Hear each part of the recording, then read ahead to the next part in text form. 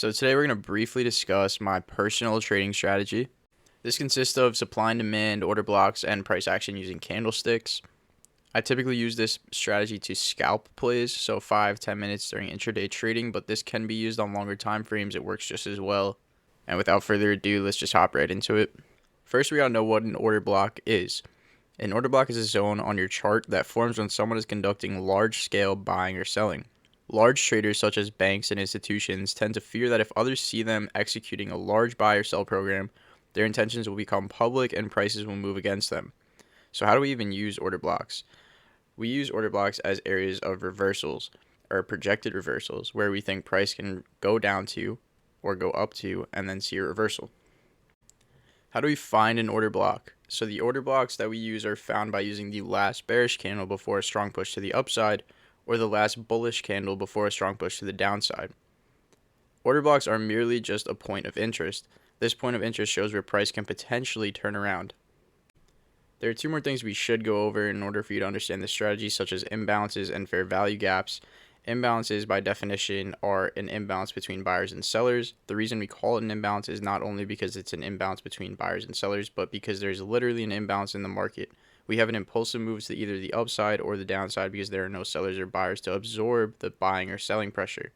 Fair value gaps are kind of just like the term that they created to define these zones of imbalance. And a fair value gap is just when price spikes up or down so fast that buyers and sellers do not have enough time to counteract the movement, which creates an imbalance in the market. When the market has these imbalances, it will often want to return to these untested areas and try to test it again, most of the time rejecting back to where it was previously. So that's how you use a fair value gap. We use it for momentum most of the time. You would measure these areas by taking a candle's wick before the big spike or big drop and taking the candle's wick after the big spike or big drop. This area is known as the untested area or the fair value gap. Alright, so let me hop right into the strategy. So what we're looking for is order block tests, and not just tests of that order block, but we want to see some sort of confirmation.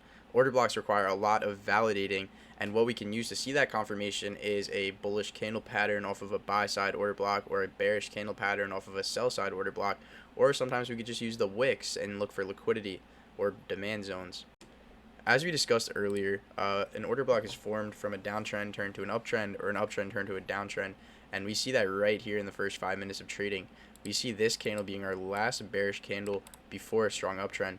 Then we see a sell side block get printed right here, and we head back down. Now we see, if we look a little closer, we see a lot of downside wicks. So these wicks not only tell us that they're holding the block, but they show us that buyers are a lot more aggressive than sellers at this level. Sellers keep trying to drive the price down and failing, and buyers keep holding that area. So once we have this candle open above our zone, that would be a clear indication to start taking a long. We would take this long right to the top of our sell side order block, and then we would look to flip short. We see this wick up here, deep test of that order block. That is a pretty good indicator to take that short. Obviously, we're not seeing some sort of bearish engulfing or bearish candle pattern, but these wicks sometimes give you all you need to know. Then we come back and test this block again, wicking off of it 4 times. That would be a pretty good indicator to take it long. We see a deep test of that sell side block again, and you would have gotten a pretty decent return on puts there, but not looking all the way to your order block. On the downside, we kind of come back up for a little bit and stall out. We see some invalidation of our order block there. But it seems to just be a liquidity grab because they then execute it and bring it all the way back down to our buy block. Off that buy block, though, we see a pretty good return once we smash this sell block and start heading higher. They tested it before. They tried to do it here and failed. We should have known that this is getting weaker as a sell block.